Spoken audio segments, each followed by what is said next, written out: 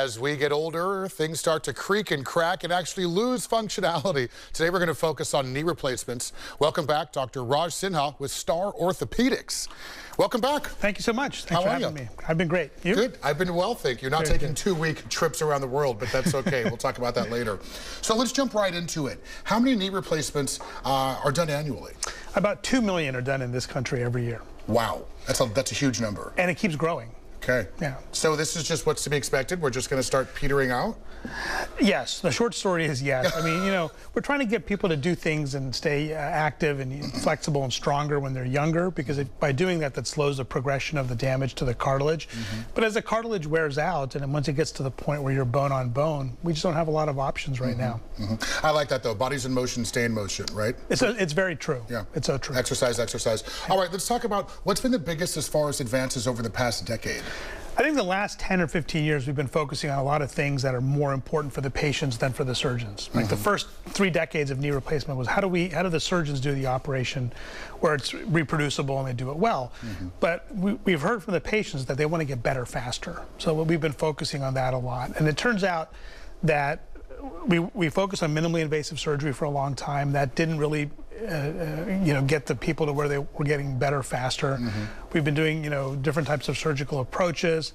The long and the short of it is you have to do really good surgery, and that's where the custom knee replacements and robotics come into place. And you have to control patients' pain, and that's where we do things with peripheral nerve blocks. So we control just that in the pain in that one limb, so that it allows them to get up and get going and get better faster. It's fascinating.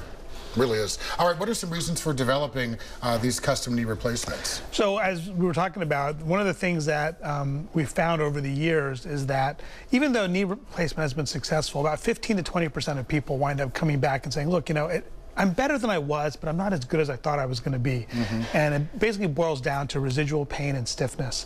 And so when we started diving into why do people have residual pain and stiffness, it almost always comes back to the implants themselves. For years and years, we had pre-made implants, and the surgeon would pick the best fit while he or she was in surgery. And most of the time we got it right, but about 15 to 20% of the time, that number keeps coming back, we'd be in between sizes, and then the surgeon would have to say, well, should I make the implant a little bit bigger, or should I choose a little smaller implant? And there's pros and cons to both. And if you wound up choosing it wrong, then the patients would have this residual pain and stiffness. So by doing a custom knee replacement, we make the device to be a perfect shape and size recreation of the patient's own anatomy. Wow. So it takes that whole guesswork issue out of there. The other thing that we found is that when the operation was done a little bit inaccurately, that could cause that pain and stiffness as well. So when we manufacture the device, we recalculate what the correct alignment of the patient's limb should be, and then we manufacture, 3D print actually, cutting tools for the surgeons to use in surgery to recreate that proper alignment. Wow, okay, this blows my mind. We've talked about this before in the past. Let's talk a bit about who's the perfect candidates for a custom knee replacement. So right now, anybody who's having a first-time knee replacement just about is a candidate for it. We started doing this in 2011. That was when I did the first custom knee replacement here in the desert, actually.